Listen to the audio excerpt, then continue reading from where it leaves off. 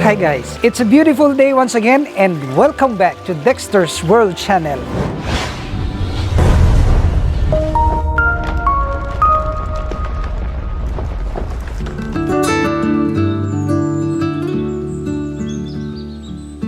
I believe in the saying that if there's a will, there's a way. But I would like to rephrase that because if there's a will, of course you have a way. But God's ways are so many.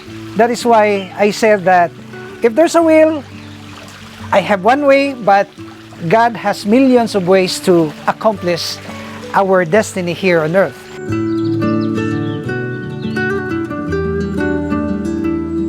I am saying this because I'm so happy about the development of this garden. You will see that this is a very first tank that we ever had on YouTube, and I'm so happy that it generated some millions of viewers all across the globe when we made our effort in doing this very temporary fish pond. And now it's already made concrete. And you will see that we already have developed this area. We landscaped this area. That's what I'm very happy about.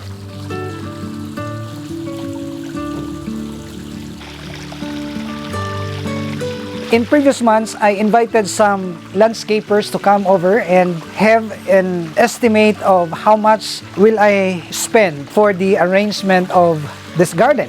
He quoted some 100,000 just for the arrangement of the plants and even this waterfalls. So I did not really had that budget. That's why I forget about the idea of hiring this professional landscaper, and I tried it to do it myself.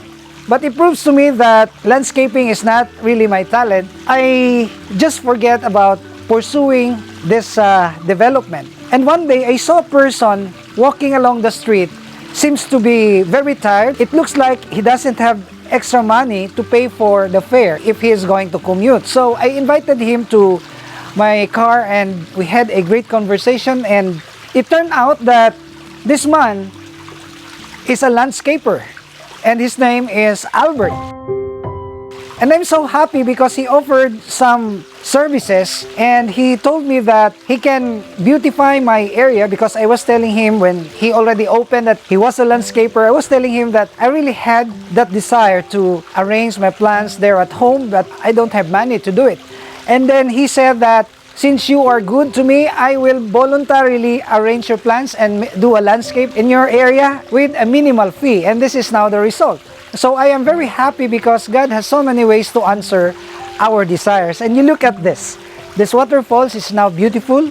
I have here a 1 horsepower submersible pump. And you will see that the water is draining down towards the fish pond. And the sound is really very soothing to the ears. It gives me some joy and relaxation every morning looking at this artificial waterfalls.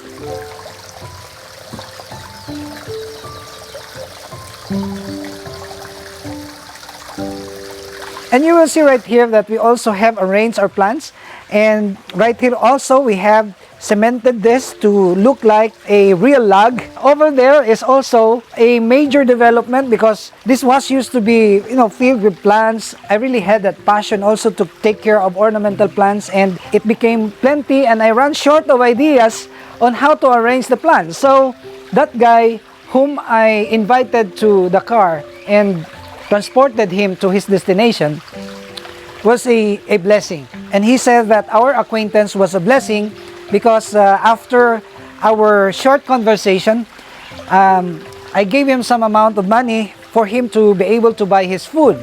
And as a way of gratitude, he reciprocated, and he just,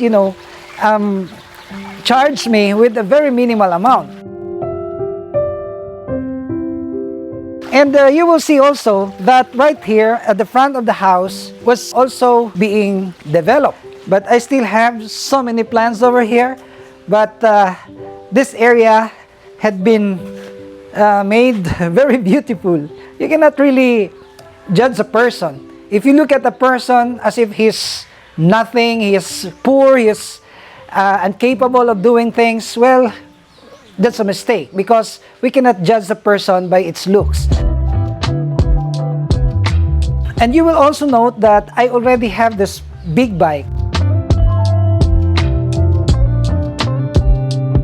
And this big bike was my dream before. Since I don't have the cash to buy for a big bike, so I forget that notion, I forget that desire. But God gave me another way wherein He used people. This my friend from a bank, he's a bank manager, and his name is Noel Gamboa. He just called me. He said, if you wanted to own a bike, you just come and get my bike and you can pay it on installment basis. Very easy plan of payment. And this is one of the ways that God can provide. So God is really very good if we are just going to proclaim His name, His mighty works, then He would be happy to help us and grant the desires of our heart.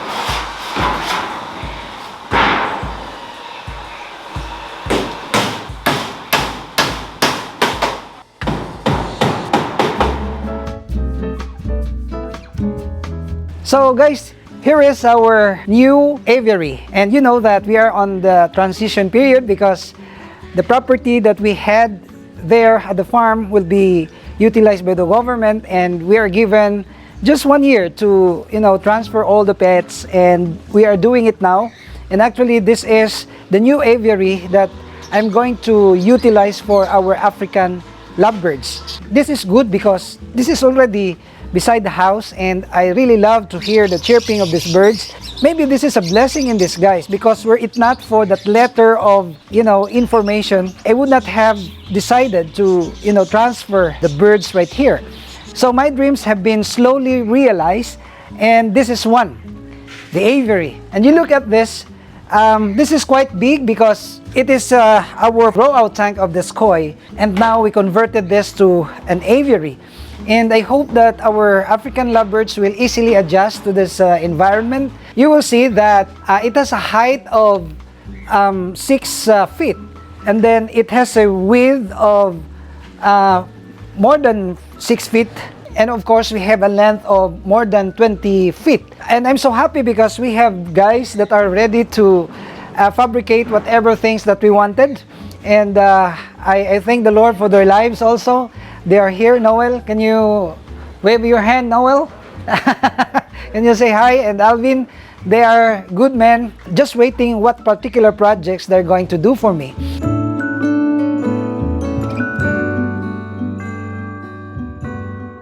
And I'm so happy, guys, with this water spinach. I became dead serious about growing this water spinach because it really helps the growth also of our fish. You look at that, the catfish are just there under, and the growth of this water spinach are just so amazing. I already have made many harvests out of this very little garden, the floating garden, and this inspired me to do more. You look at this one. I have this styrobox, and we already have made holes and holes and holes, and I just got this from the junkyard. There are many junks like this one, the foam, the thick one, that could still be utilized for the garden. And I could just imagine how this works, because this is a big styrofoam, and we can put some hundreds of cups of this water spinach. And this is my favorite, the kangkong adobo, as we say.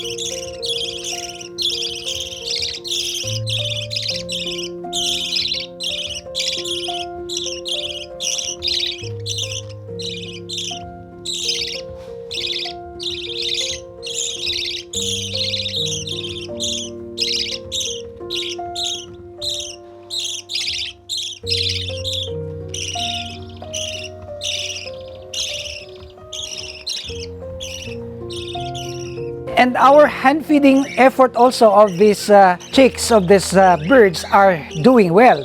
And these birds have adjusted to the new system, the new feeding system that we have employed for them. And I'm so happy, and I hope that they will grow and they can fly freely, and we can just fly everywhere.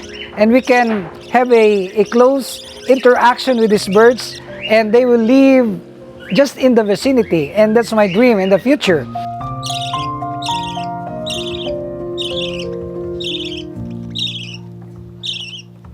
And you look at our cockatiels. Our cockatiels are about to lay their eggs already. You see that? Oh, yes. They fly and they chirp, they eat. And then I noticed that one of the pairs have already made some inspection inside the box. And this is a good indication that they are already about to lay their eggs. I'm just crossing my finger.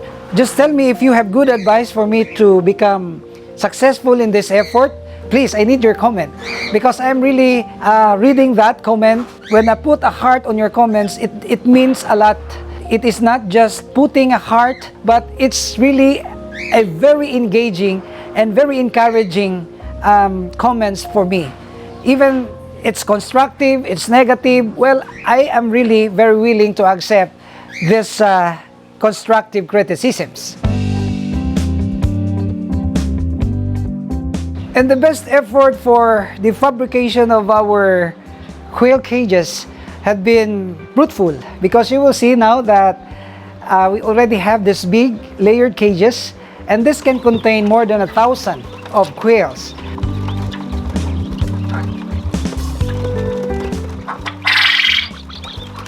As you know, we only started with 29 layer quails. We patiently took care of them to become breeders. And when they grow, they provided eggs, and this is now the result. You will see here that the first layer of this cage had already been occupied. There are some 250 layer quails right here, and they are of different ages. But I'm so happy because just this morning, I saw these 3 eggs, and they already have started, some of them, of course, some of them are already laying their eggs. And I'm so happy about this development, and I am a kind of person that loves challenges. And I know that the challenges that I am going to face is not only won by me. It's won by me by God's help. This is one of the things that I can share with you, that if we are just fully trusting God, He can make ways that we can never imagine. And this is what is happening right now. And this is an encouragement. I hope that you will be encouraged with this video, and I would like to ask you, if you are not subscribed to this channel, I invite you to please subscribe, because we are uploading videos every 2 days. And I would like to make a shout out to those 100 persons who who became the member of this channel. I owe you a lot, guys. Thank you for your support and thank you for lifting me up. And to those ones who have subscribed to this channel, thanks a lot. And even your views, your comments have really fueled me to do more activities and reveal all the secrets that may be helpful to you. And to all our followers and viewers, thanks a lot for your support and even for your comments. And hope to see you in my next video. Only here at Dexter's World!